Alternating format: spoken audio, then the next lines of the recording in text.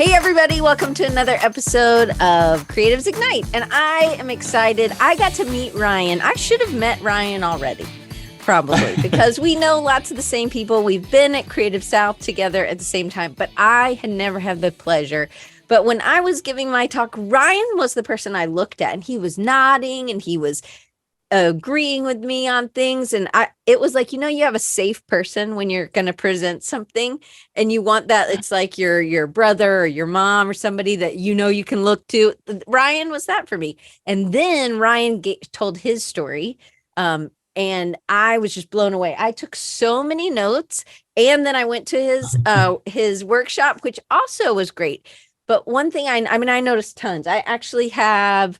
You gave us little style guides for Elevation Church, yeah, which I've used in my class, but we didn't have enough for everybody. So I made sure that I have them. And now we go through them and we analyze them because you've done such a great job.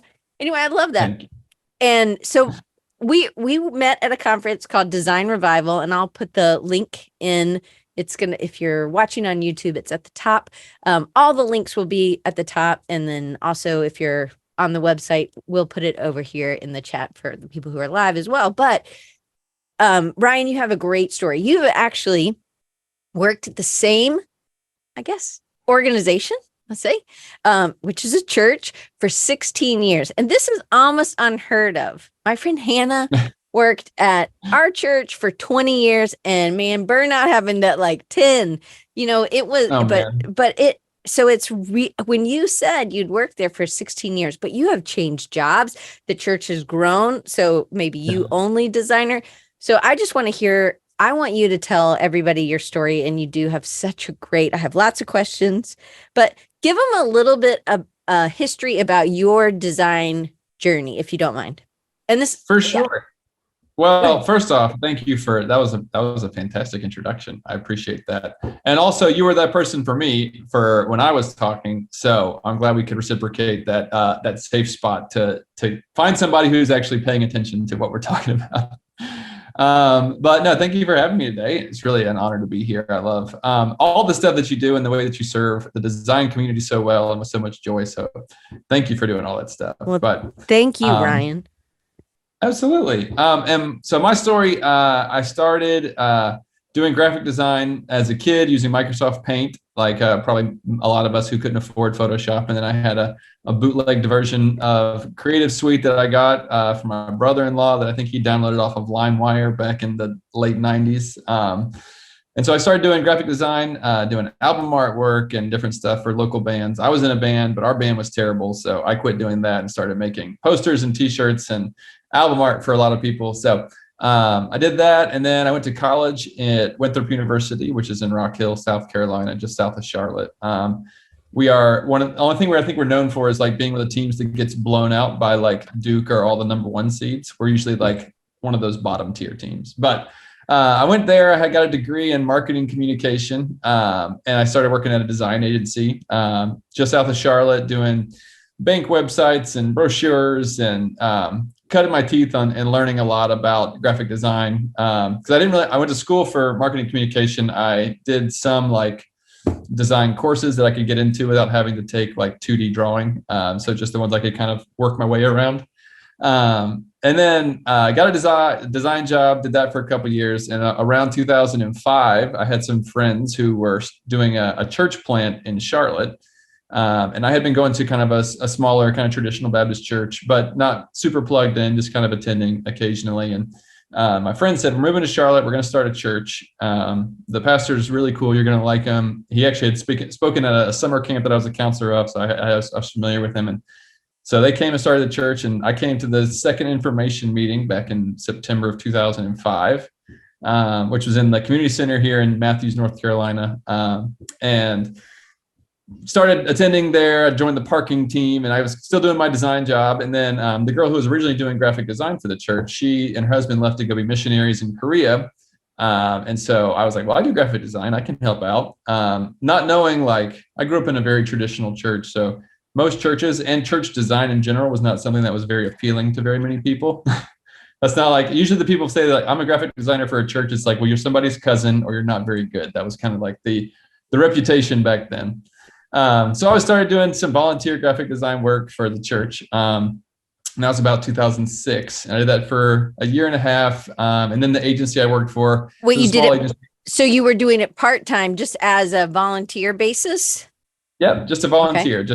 I would moonlight. I would go work my 9 to 5. I'd go home and eat dinner, and then I'd go back to the office and do church design, because I was like, man, this is cool that I get to use my skills in a way that I can really like help the thing that I really believe in too. So I would love to doing that. And when the agency I worked at ended up closing, it was a small agency, and it kind of fell apart. There were some disagreements between the owners, and we all kind of lost our jobs in the process. So I was like, hey, I can volunteer full time now because I don't have anything to do during the day. So I was like in between jobs trying to figure out what I was going to do. And I started volunteering. So in this, though, in the church plant, how far along in the church plant are they?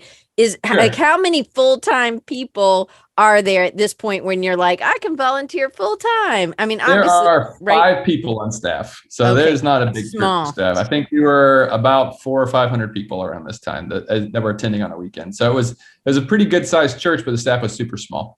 So what year was this when you were? This was 2007, January 2007 is when our agency closed. And then I basically volunteered full time for a month and a half. And my interview process went, hey, we're just going to start paying you now. And that was kind of But you're the only designer. The only creative. Yeah, I was the only designer. I was the 6th hire at the church back in 2007. And then fast forward to now, I've been on staff for 16 years this coming February.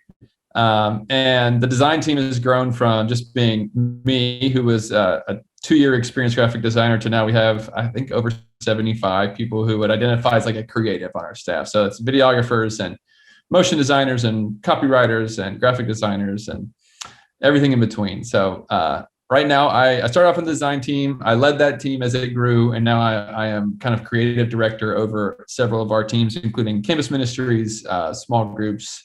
I thought you said chemistry ministries. I was chemistry, like, no way. I have never. It's a very niche ministry. I think people will love it. No, campus ministries. Campus ministry. I'm with you. I was like, I have never heard chemistry ministries. No. Anyway. So that's my short story. Okay, so in that, because I know Chris Martin's worked at a church, Brian Harper's a pastor's kid, so we got some people who have some background in the church as well. Sure. So whether you grew up in it, I knew Doc was a pastor's kid too. So we have a lot of people who have that background, and you might not realize everything that goes into, but going from a team so how many staff or people work for the church now? Because that's also a big. Sure. Yeah, it's a pretty large staff at this point. I think we're just under 400 people total. So we would qualify as a very large staff for a church. Right. So going from 5, as you were number 6, to that, and sometimes there's turnover in there. You're working a lot of extra days, hours. Sometimes you're working, and I'm just saying in general, not this is probably not Ryan's experience, but lots of there are other things that normally, and I think maybe at a university we have things that we have to do on the weekends, we have things that we have to deal with at night and early, and that wouldn't be normal. So it happens with other jobs as well, but in a small, like say you're Dee and John Ingalls, and they're building their business and they are having all the hats. So then you find somebody, and then it's about building this team, and you've been able to what I thought this part of your story, what was really interesting to me is, one, that you hadn't burned out, which we'll get to in a second, but you also have had lots of different jobs. Like you went through, you had to hire people, you had to work with people, like as more maybe in like the videographer was maybe more of a partner, maybe you were art director or something, but it wasn't a skill that maybe you had. And then there's all this stuff that goes into leading a team, and you probably didn't have any classes in that either, right? So no, they did not offer a lot of management course classes. That's a lot of that's kind of, you have to figure that out on demand as you're kind of figuring it out. But no, and what you were saying is really true. Like we always make the joke that our job descriptions include like and other duties, which could be anything. It could be for me, it was, when we were starting, there's only a few people on staff. So we wore all the hats. So we were the brainstorming team, the programming team. We produced the things, we set it up on the weekends, and we were there, at 5 a.m. setting up in high schools and tearing it down at 4 o'clock. And so there was a lot of hours that went into that. And I think what I loved about that though, was like, I felt like what I was doing had a greater purpose than myself. And I love being able to be a part of that. I feel like, a lot of creatives, I think, spend maybe, I don't know the time frame, but like the first decade of their life kind of mastering their craft or getting to a place where like, I'm a capable creative. And then I think they spend, the next decade, like, how do I have this skill? How does it make an impact? And I think for me, I was able to kind of see a direct connection between, well, here's a gift that I feel like God has given me. And in order to steward that well, I was able to, sacrifice in a sense of like, well, I never thought I was going to work at a church, but this is kind of what I feel like God has called me to do. And so I was able to see a direct impact with the work that I was doing, have an impact in people's lives. So that was very attractive to me at the time, even no matter if I was, doing a handout or a print design piece, or I was setting up something on the weekend. I was just happy to be a part of it. And I think, that doesn't change over time, but it we grow and teams grow, and a lot of people don't share those same experiences. They kind of come into a much bigger thing. And so you have to kind of do a lot to build culture and find DNA and find things that are non-negotiables for people you want to hire, so that you can grow a team that also, feels like they may not have had the same shared experience, but they have the same shared values and the principles. So it's definitely tricky. Yeah, I think the season I'm in now is probably my most enjoyable though, because I lead a team that specifically that run up through me. It's about 35 people of the 70 or so creatives that are kind of part of our different teams. And what I get to do is, instead of doing hands-on day-to-day creative, I get to kind of create the space for them to be creative. And I feel like that's like a really unique challenge that, like you said, I didn't get trained in how to do that. I think a lot of that comes with experience and a lot of empathy and kind of pulling back on my own process and journey of different supervisors I had and different seasons when I felt supported and when I didn't feel supported. And so, yeah, there's definitely a lot of different roles that I've had to be, but I really love the one I'm doing right now. Okay. So you have had many different, you've had to do everything, the tear down, produce, do the lighting, probably the sound. You were doing all kinds of things that you weren't trained to do, right? Sure. And that's what happens when it's smaller, when it's growing. And that's what we have to do as entrepreneurs as well. We have to kind of handle a lot of things. But as we grow, what I've seen, can be some resistance to entrepreneurs to hire somebody else to do something else that maybe we liked to do, right? Absolutely. Or that we think we probably still know best. So you had something like this where you were at, and if I'm killing part of your story, just be like, Rooster Diane. You're doing awesome. That'll be our safe word, and I'll just move on. Or you'll take over from there. But like, there was a time where you were like, I don't want to hire somebody who's better than me, right? Sure. But you got over that. So can you tell them that part of the story?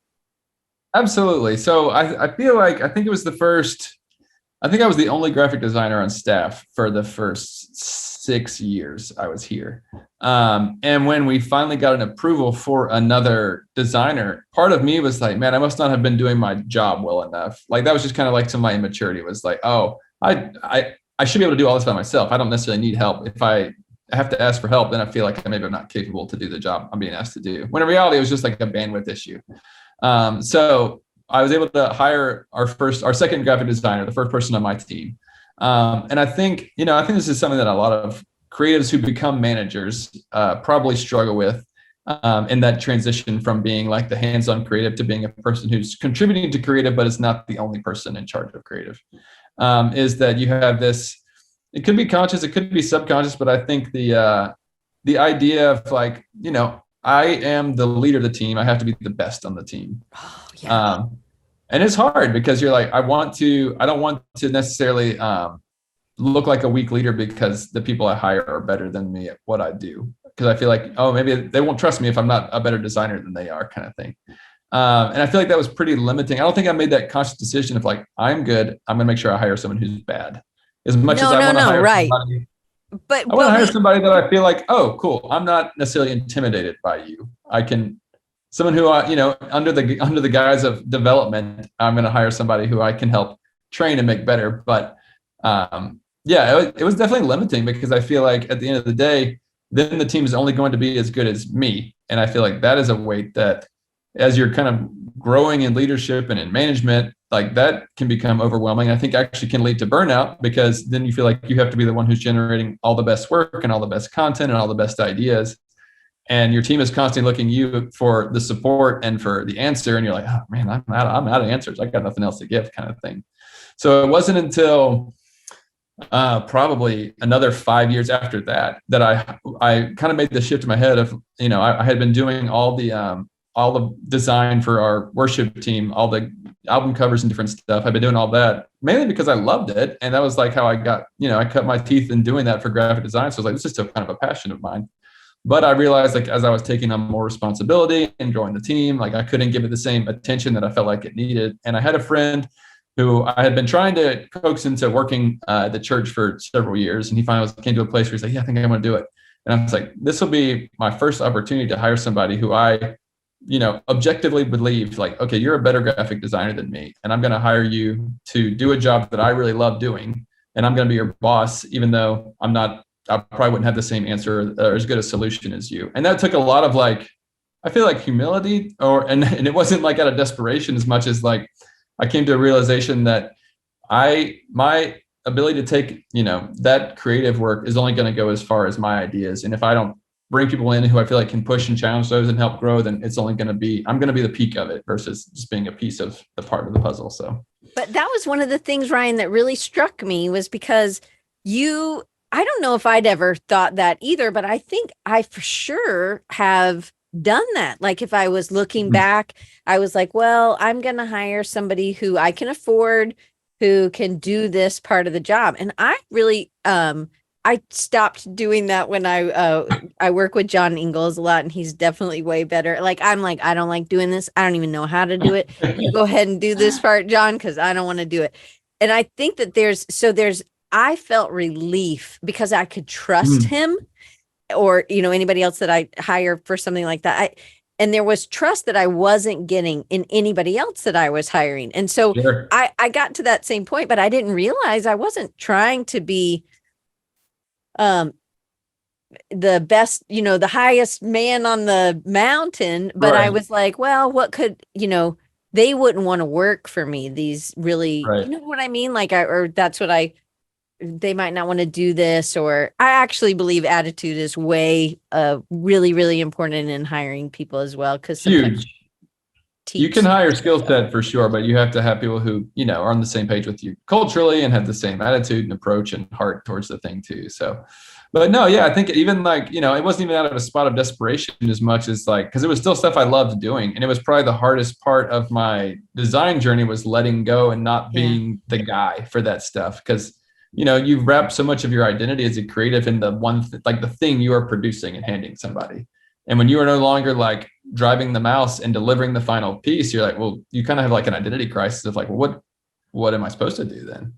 And it's one of my favorite leadership books for creatives or for anybody is Multipliers. And it's the idea of like, you can either be a multiplier or a diminisher, but most people who are diminishers are accidental diminishers. They're not doing it intentionally, but it's the way that they approach leadership and approach management that is really like keeping their team from growing. And some of that has to do with, your ability to let go of stuff and not feel like, okay, my ideas are the best ideas. I love my ideas. I should, because I want to like the work that I'm making. Right. But I have to also realize, like, if my ideas are the best ones and always, then again, I'm limiting what my team is able to do as far as growth and the work that we're able to produce at the end of the day too.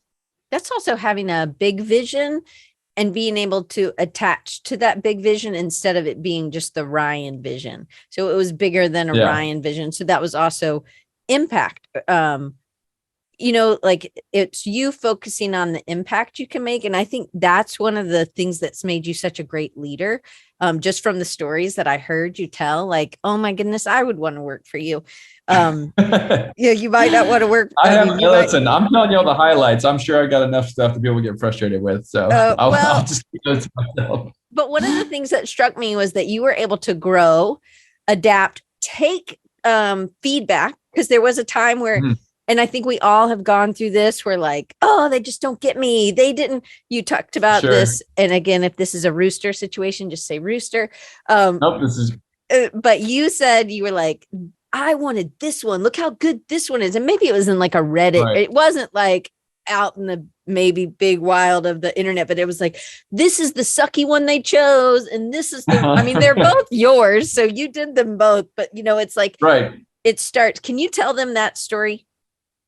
Sure. No, I mean, so this is probably 2 years into working at the church. And so I was probably mid-20s or so. But this could be anybody, right? We all feel this really way with a client. Like holy moly, we have been there. Could have been, maybe it was early in our career, or maybe it was yesterday, you know, but I love this story because it reminds you of what maybe not to do. So tell them.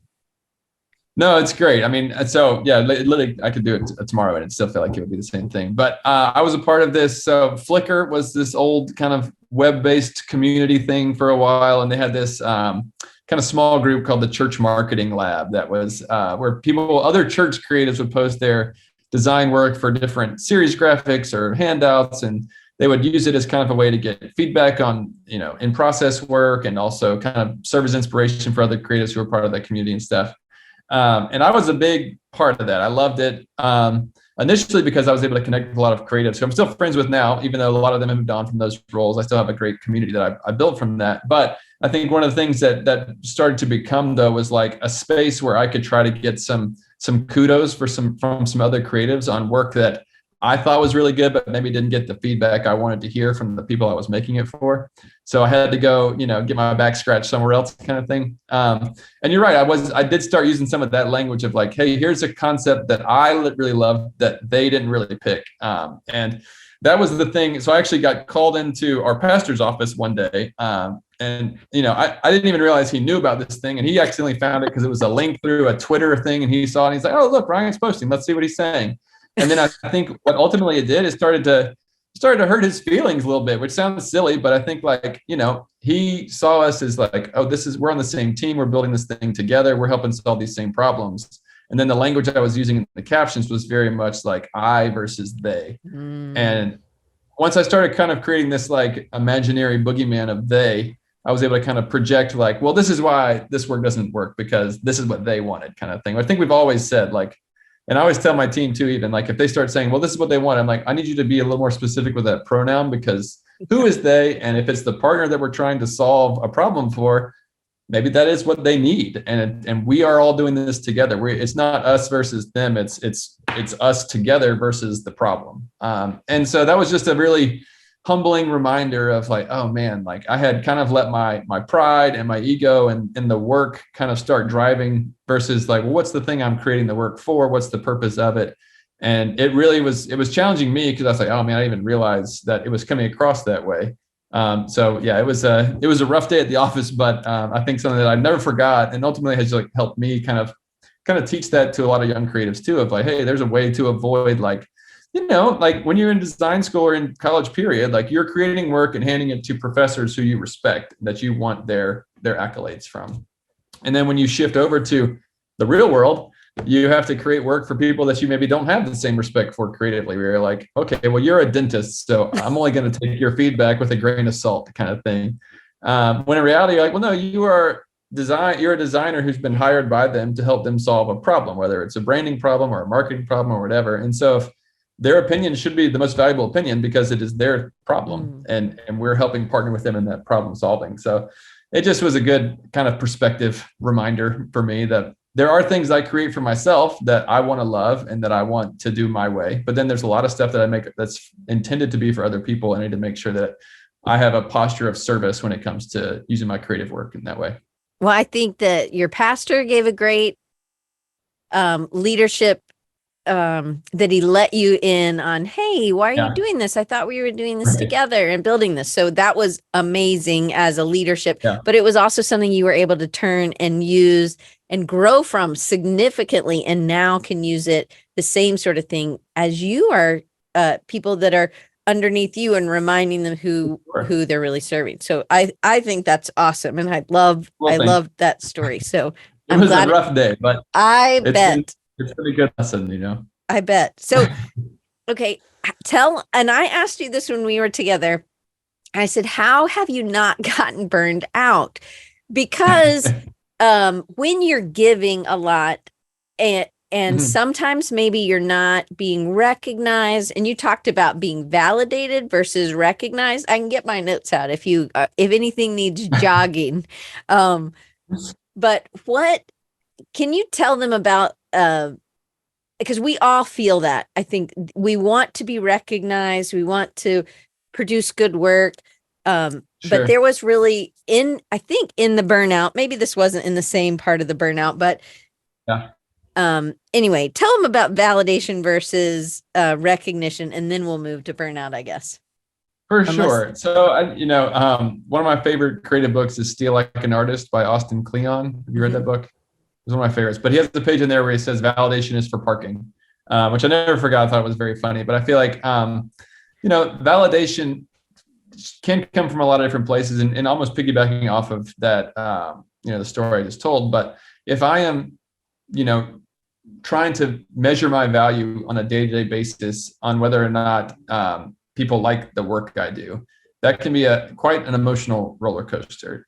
So I think I have to find, like, for me specifically as a Christian, and knowing like, okay, here's the gifts that I feel like God has given me. If I'm stewarding those well, and I feel like I'm being faithful to the gifts that I have, and I'm helping produce new things out of those things, and helping others create great things, then I feel like, okay, that's the validation that I really need to be seeking, is like, okay, am I, and that can be whether or not you're a believer or not. Everyone knows they have a gift, and if they're able to feel like they're being, a good steward of that gift inside of them, I feel like that's the measuring stick on a day-to-day basis. It's like, okay, well, did I leave anything on the vine? Is something withering that I feel like I should be watering? And it has a lot to do with, making sure that we're looking for it in the right places. And recognition is fine. It's great, but you can definitely kind of get those things out of priority, to where, like, you're going to live and die by your best comments are the ones that feed you, but then you're going to fall apart because someone gave you some bad feedback. And that's just that can lead to quick burnout, because it is just this roller coaster of emotions, versus, like, I love getting feedback because I want to continue getting better. And I also love getting recognition because I want to know that the work we're doing is making an impact, but I can't have that be my only measuring stick for the success. I feel like I have to be true to the gifts I have, and feel like I'm pushing those forward. And if I'm doing that, then I have to, I have to be okay with that. And I can't live and die by that kind of approval of others. So do you think part of your ability to have not gotten burned out is that you've been challenged and you've been able to grow, and they've seen your potential in growth and they've let you grow? Instead of at any company, sometimes Sure. we limit what we're like, oh, you know what? We knew him as an intern, or Yeah. we knew them whenever, that's what they were like 3 years ago. I can't imagine that they're Uh-huh. really growing, right? But Absolutely. this is different for any company. It's really amazing that you've been able to grow from entry designer, only Yeah. solo designer, to now creative director of 75 people, Mhm. and leading 35 or so in a daily basis. So Yeah. is that part of what's been that it's been a continuous challenge, or is there something else that's helped you in not getting burned out? Sure. I think, I referenced it in the talk that I did, but in that book called Herding Tigers, which is by Todd Henry, it's one of my favorite creative leadership books. He has this chart where he basically is like, it's this X and Y axis of challenge and stability. And challenge being like, am I continually being pushed in the thing I've been asked to do? Am I given new tasks that feel like, oh, okay, that's a new problem to solve. That's interesting. That feels like I'm growing. And then the stability side is, do I have all the information that I need to solve the problem? Do I have the support of my supervisors? Do they believe in me? And I feel like, for the most part, like on this X and Y axis, I've been able to stay in this like high challenge, high stability place, which is, he calls it thriving in his book. But if I'm staying there for the most part, like, I feel like, okay, cool. I know that my supervisors believe enough in me to give me responsibility over, different projects and different things that affect thousands of people. And also, here's resource to grow your team, and here's resource to put on great creative projects. And we believe in creative enough for you to have a large team like this. And then, the challenge of like, okay, well, how do we tell the Christmas story in a unique way every single year? Like that, it's not like we're creating new stories as much as how do we have a new and creative way that can help show someone a story that's thousands of years old.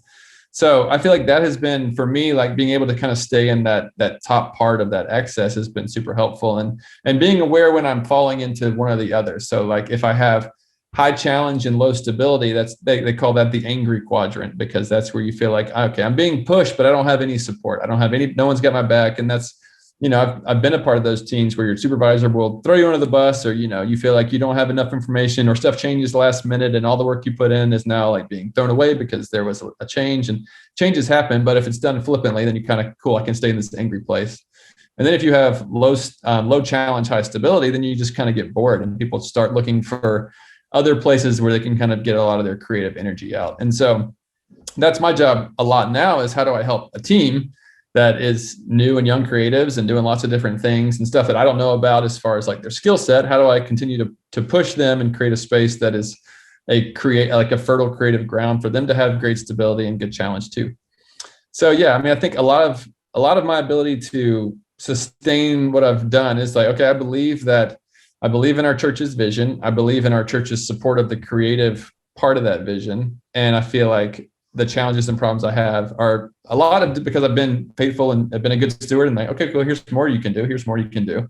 And, I feel like that's been a huge piece of my longevity. I love that. I think that it's hard most of the people here are solopreneurs. Some of them work at places for sure, but it's hard when you've worked at the same place.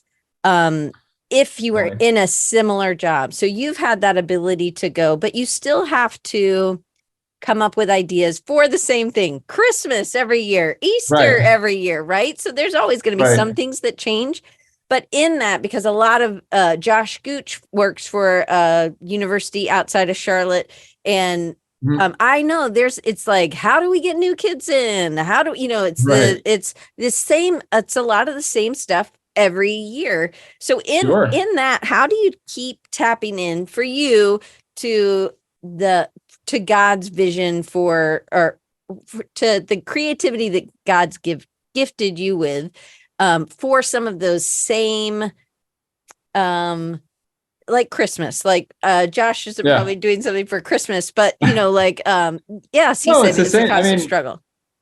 I've never felt more empathy for teachers and professors than my current role now, because I feel like it's got to be like Groundhog's Day for you a little bit of like, all right, here's this class again. How do I, find my joy in order to teach this content for however many time you've had to teach that content. And I think you've done a great job of like, all right, here's creative exercises. You've been able to sustain a lot of great energy towards it to where I don't feel like your students probably don't feel like you're putting anything on autopilot. And I think that's kind of my job now, is like, okay, I have been given people to steward now in addition to projects. And it's my job now to think of myself when I was 23, 24 with like some of our newer, younger designers. And I'm like, okay, it is now my responsibility to kind of help them begin their creative growth journey. And if just because it's the same problem for me, is their first time solving it. So how do I help paint the picture for them in a way that's like, oh, that's interesting, and kind of watch them kind of like be revealed new things and take steps forward. And like that gives me a lot of fuel for the journey now, is like seeing, other people's eyes open to things I learned a while ago that I could just, okay, here's the answer. Here's the shortcut. Here's the way you do this, versus like, hey, let's talk about Christmas. Let's paint a picture for this thing. And like, versus saying like, oh, we tried that 12 years ago and, whatever, that's never going to work again kind of thing. Like, I feel like if I'm doing that type of stuff, then no one's going to be motivated to like, well, all right, well, Ryan hated that idea last time, so why are we going to try anything new this time? So a lot of it's not playing dumb as much as like, how do I give a little breadcrumb trail to kind of help a young creative kind of discover a lot of their own, discovery along the way, the process of it. And so I think that's something where I get a lot of joy out of doing that now, versus like, what's my new idea for Christmas is like, well, no, let's see, like, let's see someone else come up with and be, oh, wow, like a light bulb turn on for them. And I feel like that's probably similar for teaching too. I don't know. Do you think so? Yeah, I think so. When you were describing it as a breadcrumb, I was like, when you were describing it before you used the term breadcrumb, I thought about bumper cars because I see Ryan the really padded person, like keeping the cars in. Well, what about this? Maybe you should turn left or but just turn, because you're coming to the end of the bumper cars over there, right? And so I think that there's something. It's about asking the right questions and asking them to push to that long. Like think about what might happen if broccoli gives you gas. Maybe if you have a date later today, you shouldn't. Is broccoli the best thing to do for lunch, right? Or it's just thinking about that long term because they're like, oh no, I love broccoli. I'm gonna eat broccoli, and I guess it's just that was a really weird analogy, but no, but you're right. I mean, you could just make a blanket rule. We don't eat broccoli here. And you're like, well, why don't we eat broccoli? And then they just make, then assumptions can be made about, well, we just don't eat broccoli. Why don't we eat broccoli? Well, I don't think Diane likes broccoli. And that's why we don't eat it. Versus like, I think when you were able to give people a why for the things that they're being asked to do or being told to do, there's a lot more buy-in into the culture and into the problem-solving process when they're like, oh yeah, I know why we don't do this or why we do this versus just like, well, this is the rules. This is what we do. We don't do that. It's that old, the phrase, cut the ends off the ham. Have you ever heard that before? So there's this old, I'm sure it's just like a made up, whatever, fable story or whatever, but about this guy who's making his grandma's famous ham recipe for Thanksgiving. And right before he puts it into the oven, he cuts the edges off of it and puts it in the oven. And his wife's like, why do you cut the ends off the ham? He's like, well, that's what grandma used to do.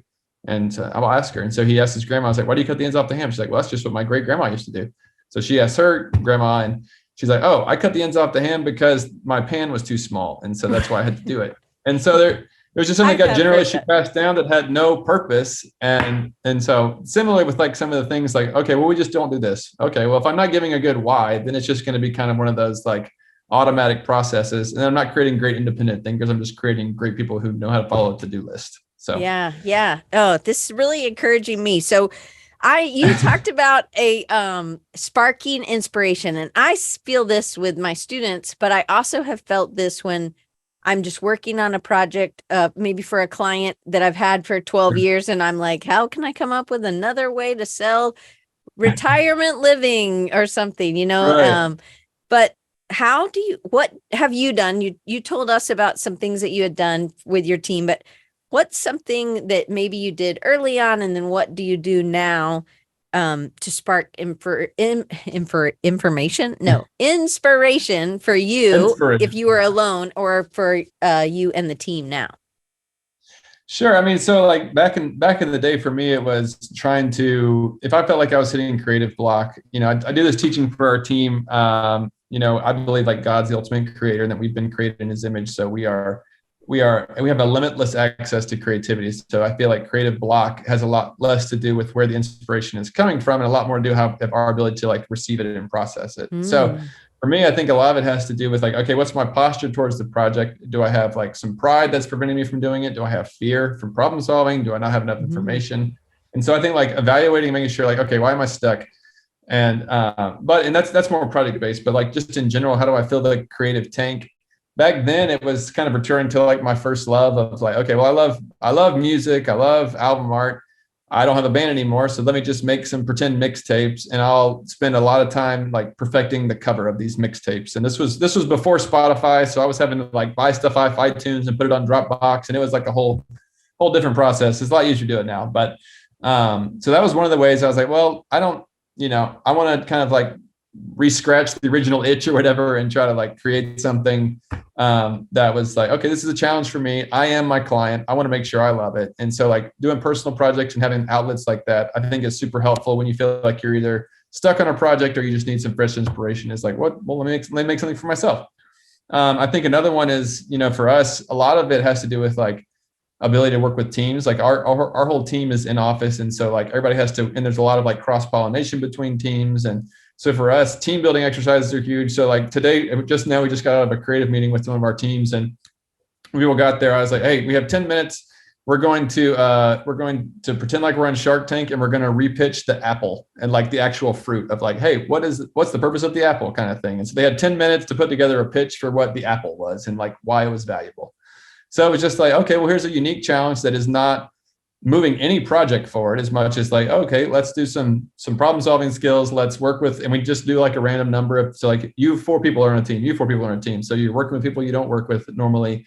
You're solving a problem that's not part of your regular process. And you're kind of just like, creating new neural pathways of like stuff that's already been worn down. You're like, oh, let me think of something in a new way. Let me try this. Mm-hmm. So for us, it's like, how do I, like what you do with your, I loved your breakout, a designer revival, where it was like your creative calisthenics. I've used all those things. Like, hey, here's something like, here's a fun creative way to, paint over and draw over paint splotches, or like turn furniture into faces. And my team has loved that stuff because, again, you kind of like tap back into some of those initial, like, as a child, like when you have these creative urges to do something and you don't have a deadline, or you don't have someone who's paying you a check for it. You're like, oh, I'm just creating to create. And so I think creating some space to do that in a way that's like, hey, this doesn't have a ton of weight. It's just kind of a fun project, but it can help challenge you or see something in a new way.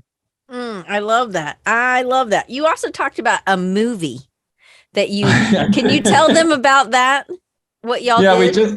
We did that about a month and a half. I guess it was we did it early this summer. So we this is our second year doing it, and it's a big ask because we pretty much tell the whole creative team like, hey, block off an entire workday.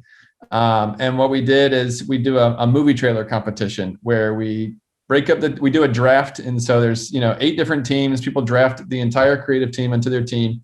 And then they find out the day of the genre and then kind of a prompt for what their movie is. So they'll get like an object they have to include, a line of dialogue, and a character or something like that. And then they have 6 hours to go make a movie trailer. And then they have to come back, and we have like a big movie trailer premiere, and we have candy, and we have judges, and we give away some fun prizes and stuff. And, it feels like it's a good thing that we have a very understanding CFO and leadership team, because it's not really moving anything forward. Like there's not like a physical deliverable that's like, oh, this made us better today. Here's the physical thing we did.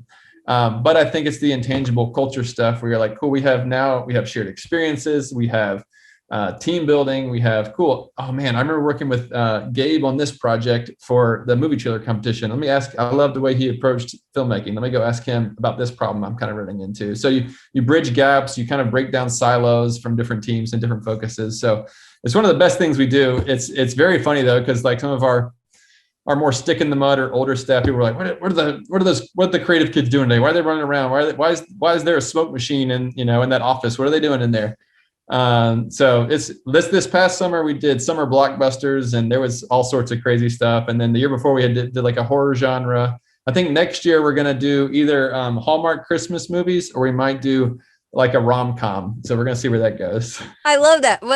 But Jesus was all about things that you weren't planning for, like that's absolutely. I think that's right on target with how Jesus would approach it. And so I love that. And I think that we get to, I love that you are doing something that does build that community, and that you're not so tight on deadlines. Granted, you have a deadline every Sunday, right? It's not like we do. You can't be like, this week, no Sunday. We're just going to do 2 Saturdays and then come back on Monday, right? Well, we definitely have some structure, yeah. Right. But at a church, you have to work quickly. You have to execute quickly. And then it's also what can we do in this time? So it's about budgeting your time and your skills. And so it's like, hey, you got pushed. You as the creative director, you can kind of see when people are under the gun, when they make decisions, or when they're like holding back. And sometimes it's like, because it's a community and it's a together, they're like encouraging each other. Hey, that's good enough. That's good. Just go with it. I think that's, or like your idea, because you've done all these creative exercises throughout the year, you have seen people, or you have encouragement. You're like willing to say something off the wall that maybe you wouldn't have been early, in your first couple of years at a job or something. So, but I love that you've actually planned it in.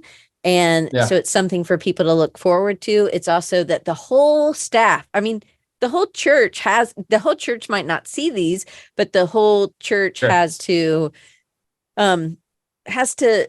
believe in that God has brought y'all together, and that being together and doing something and making something really is important. Just like Jesus with the 12, he didn't walk around with hundreds and hundreds of people. He had his crew. And I think that there's something in that.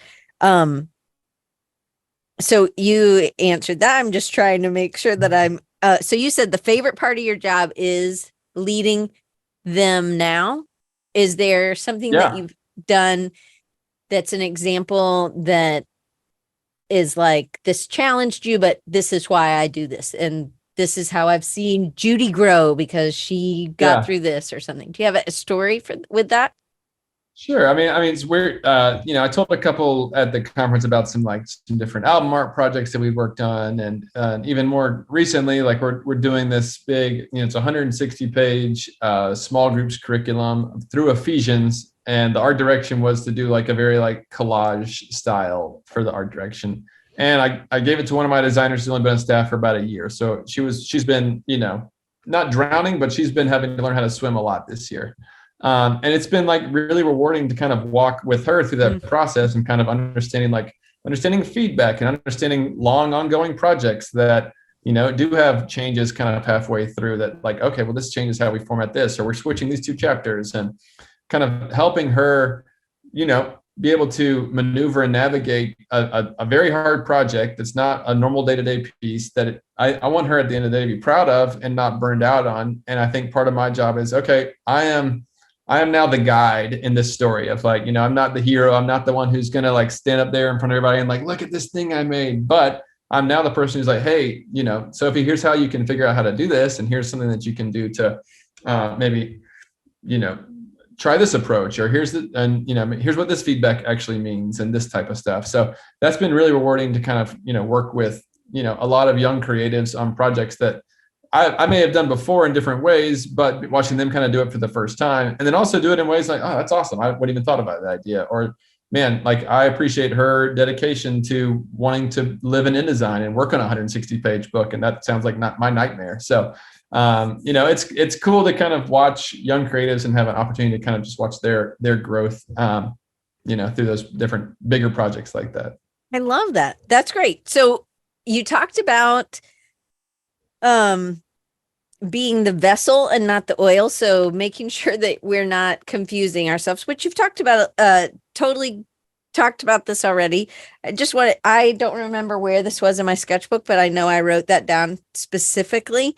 And I guess that maybe it can go back into, that what you're doing is what God's called you to do. If it's for a client, it's for that purpose. I'm just going to read the rest of my sentence so that I don't get confused, but I'm going to try to look up and do it. Let's see. So this, I think the being the vessel and not the oil, goes with the title of, which is the about you putting your pride aside, I think, which it hit me. So I really loved your talk. So, and now I'm trying to find I should just read it off my sheet of paper, because I have circles where I've highlighted things. To me, it stuck out, and it's how, as designers, it has to be about the company that we're designing for, not us. And I don't remember exactly where this was in your story, and I don't know if this was about the validated or being recognized, so maybe changing it a little bit. But I guess one thing, when you talked about the we, and you're well, it's not the we, the they. But one thing I guess I'm changing my question a little bit, because I think you've answered the question. But when this is something that's hard for me to explain to younger designers, that it's not about what you want, it's about what's best for the client. And there is this, it's well, they think they know best, we think we know best. But then when you start pushing, they haven't thought about the long-term effect of something like this, or how it will impact. Right. Knowing that God is the oil, and that you are just doing what he's put you in place to do. How does that relieve you of some of the pressure of having to, you're not having to save anybody, right? You're just exactly.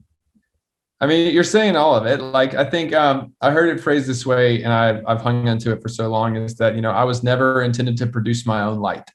I was meant to be like a reflector, not a projector. Oh yeah. And so I feel like the weight of that responsibility of like, oh, okay, well, I am now a conduit of creativity. I am just a pipe and letting creativity kind of flow through me. And if I'm operating at my best, then the flow is like, okay, this is very clear and it's as strong, and it's like, oh, cool, this is awesome. Like that's when I feel like I'm at my creative best, is when I am remembering like I am just a vessel for an oil of creativity that I have been given to steward. And I think if, whether or not people are believers in that, I think that is part of their creative journey, is like, there is something inside of you that you have to, be able to release and be able to get out creatively. And so I think like if we're able to do that well, then I feel like that's when we're operating at our creative best, is when, and I feel like it's a much lighter weight to carry, because then I'm not like, man, I hope I got something left in the tank. I'm like, well, I believe that there isn't an end to creativity, and it may not be my old idea, and it may not be the idea I thought it was supposed to be, but I got to believe it's the idea that was supposed to come out, and this is what I was able to create from it. So yeah, I think that it is very relieving though to know like, okay, cool, I am not the source. I am merely the vessel. Well, I always think that it's like, man, if God can use my words to do something, because I am not eloquent, it's like, but it's like sometimes I say something and that wasn't, I don't know how they got that right. It was like the chemistry ministry there at Elevation Church. But like it was what they heard and they took it and ran with it, and it was amazing. But that wasn't what I intended. And that it wasn't even what I said. But man, I think God can use anything, right? Even totally. So there's that, he's the oil and we're just the one saying that. I think we can get that a little twisted to where it's like, well, I'm not a morning person. So God's, I just wasn't designed to be a morning person, or I wasn't designed to be punctual. That's just the way I am, kind of thing. And I think, well, no, you're kind of lazy and you don't have good discipline. Some of that stuff is like, well, your processes aren't, perfected, and you probably could produce a little bit more. I think it's more has to do with like the work itself, and realizing like my gift of worship, a lot of it is like, cool, I'm offering this back up to you, God. You put this in me, I made it, and I believe I've been faithful with the thing you've asked me to do. Whether or not it's what I thought it needed to be or what I thought it was going to be, it's like, okay, well, no, this is it. And I have to believe, like, did I steward this the best I could? And I think that's been the constant question of like, okay, did I move this forward in the right way? Was it stuck because of me, or did it move forward in spite of me? Or did I help do everything I could to help move this thing forward? So I think that has helped me a lot with, the pride aspect and the longevity. It all kind of flows back into that of like remembering like, okay, well, I'm not the main thing. I'm not the end all. I am just the thing helping move the thing forward. I love that. I'll tell you a funny story. I do not like to cook.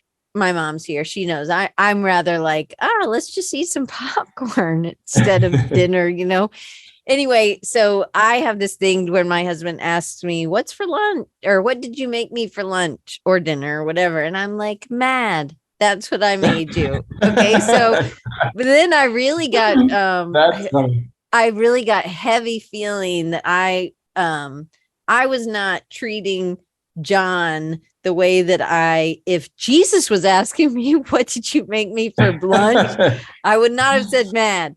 And so I was like, you know what? I need to serve John in a better. I still say mad lots of times. I'm absolutely not perfect, but I was just thinking about like how I would do it different if it was somebody else in my kitchen, right, or at my house. And I remember saying, I'm going to pretend like you are Jesus, and that may be really weird, but I was like, I just wanted to like, I think that I'm supposed to maybe not have as terrible of an attitude about cooking. Like people saying, well, I'm not a morning person. And I could say, well, I don't like to cook, but that's still something. John's doing something else. He can't cook. I don't want to cook, but I could make something, and some of it's just about attitude, even if it's just popcorn, because John doesn't care. At least he's like, it's in a bowl for him, or something, that's we're low expectations in the eating department. So I wanted to ask you one last question, and then I'm going to share ways for people to get in touch with you. And you also gave me creative apprenticeship at elevationchurch.org as one of the things. So I wanted to ask you what that is. So tell me what that is first, and then I'm going to ask you the last question. Okay, well, our creative apprenticeship. So we have an internship program that we do 3 different semesters a year, and that's for college, entry level, kind of high school, college age kids who are like, oh, I like graphic design, I'd love to learn more, kind of thing. So that's very much kind of in that space. Our apprenticeship program is a little bit elevated from that. Probably maybe just out of college or like getting ready to graduate college, but have kind of 6 months to learn, very hands-on. I mean, it is like we treat you like an employee. You do get paid. It's a paid apprenticeship, but there's not like a job guaranteed at the end. It's more of like, here's some work, here's some life skills, here's how you operate in a large team. Here's how you follow a deadline. So it's like, here's some real world application. And we feel like it's kind of our way to like, we're not going to be able to hire all creatives, but we do want to steward the creatives that have been brought through our church well.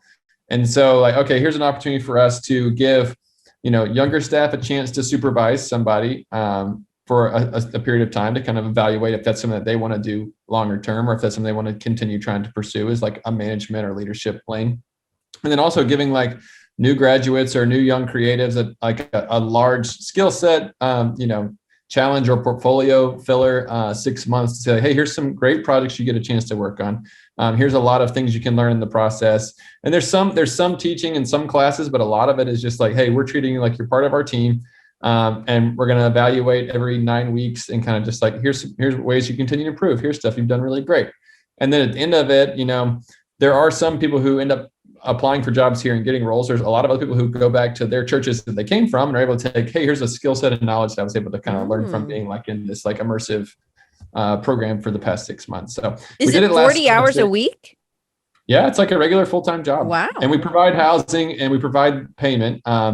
It's not a full-time salary, but there is money involved, and then there's also housing that we provide, and great community too. So like I think it just helps people kind of make great connections, learn a lot of stuff, do a lot of work, and then kind of take that on to their next thing. So we started a new one in January, and we're accepting applicants now. So we usually take a class of about 10 people. Oh, cool. So this is it's at elevationchurch.org/creative-apprenticeship. Yeah. Oh, there's Doc. See ya, Oh, Doc. there he is. I was kind of waiting on Doc. I thought he was playing hooky today, so glad he showed up. Yeah, me too. So he says hanging out with Ryan is part of the benefits package. I bet. Okay, so Ryan, last question. And you've done great. We've done great on time. Great. What is one thing that you've learned in the last year that's been the most impactful to your life and work, or life or work? I mean, I think, oh boy, you asked this question earlier and you put in the doc, and I was even having a hard time wrestling with it then. I think, what I'm learning right now is a lot of kind of what I talked about earlier about, like, I see myself more now as a teacher than I ever have before, because I feel like, we just onboarded a brand new graphic designer about a month and a half ago. And, she just graduated college, and she's, I'm helping her fill out her benefits paperwork in her one-on-one this week. So it's like, oh, you are like fresh off the vine. Yeah.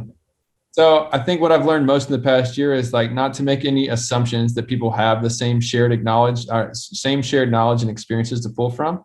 And that I can't, even if I wanted to get there faster, it's not really helping them on their journey. So I think I have to kind of slow it down a little bit and do a little more explanation or exposition on kind of why we're doing different things, or why this decision is being made, or who this person is they're making a project for, and maybe why they got feedback this way.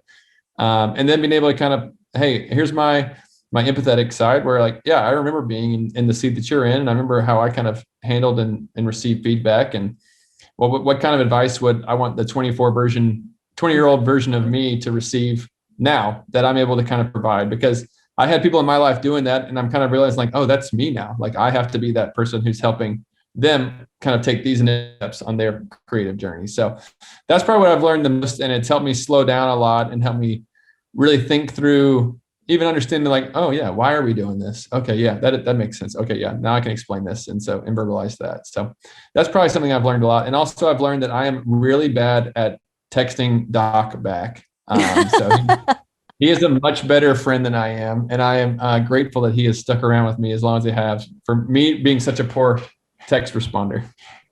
So what is your, do you want him to call you, show up on your door? How does he get your attention? Honestly, one of the last time I saw him, I just walked into my office and he was sitting in one of my chairs drawing on my whiteboard. And I was like, this is great. He's a way better friend than I am. That's funny. That's great. I love that. So Doc, you're just supposed to show up and get in his chairs and draw on his board.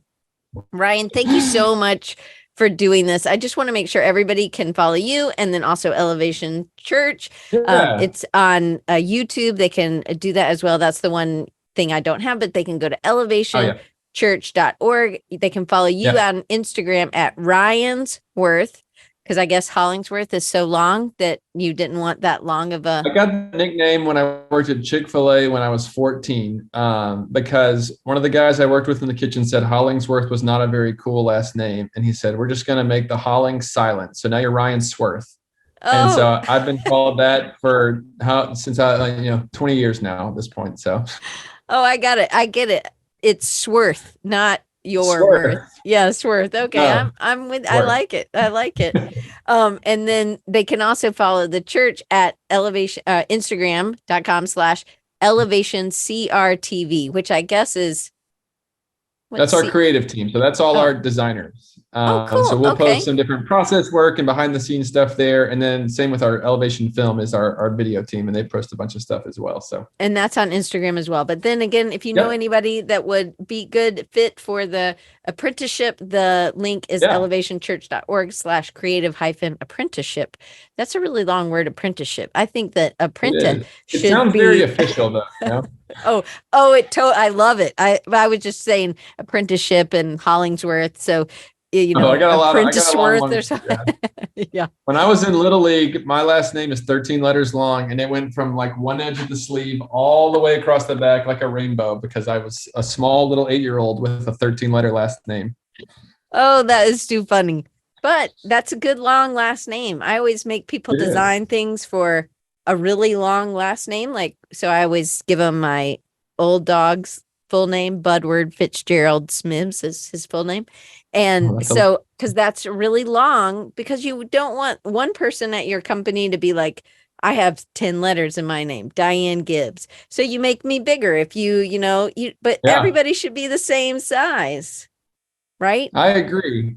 I make my team do the same thing, because they always pick the fewest number of letters for the example. And I'm like, hey, we got one of ours has 2 words and it's 14 letters. So you need to figure out how to make your lockup fit that also. So yes, that's I know what you're talking about. That's it. You are a teacher. You are just, you are there. Ryan, thank you so much for giving us your time, and thank you for being willing to share your story and be vulnerable and tell it. But because that's what helps other people grow. And I recognize things in myself that I need to absolutely work on. So thank you so much. And I'm glad that we're friends now. And I will now know that if you don't. I'm very glad. You are my favorite part of Design Revival for sure. If nothing else, we got a great friendship out of this. So thank you so much. Absolutely. Me too. And thank you for doing this. This is awesome. Well, I appreciate you being here, and I appreciate y'all being here, and I hope that it was helpful, and I will see you next week. I'm trying to do one solo show a month, although I know you probably feel like I've already done a bunch of solo shows, but I'm going to tell you what I'm trying to learn every 5th week, I guess. And then the next week, Mario is going to be on with me. And then we start with the artist series, hopefully. I know for sure November 9th is my friend Sandy Hester. So I'm really excited to introduce a painter. I'm bringing a painter in.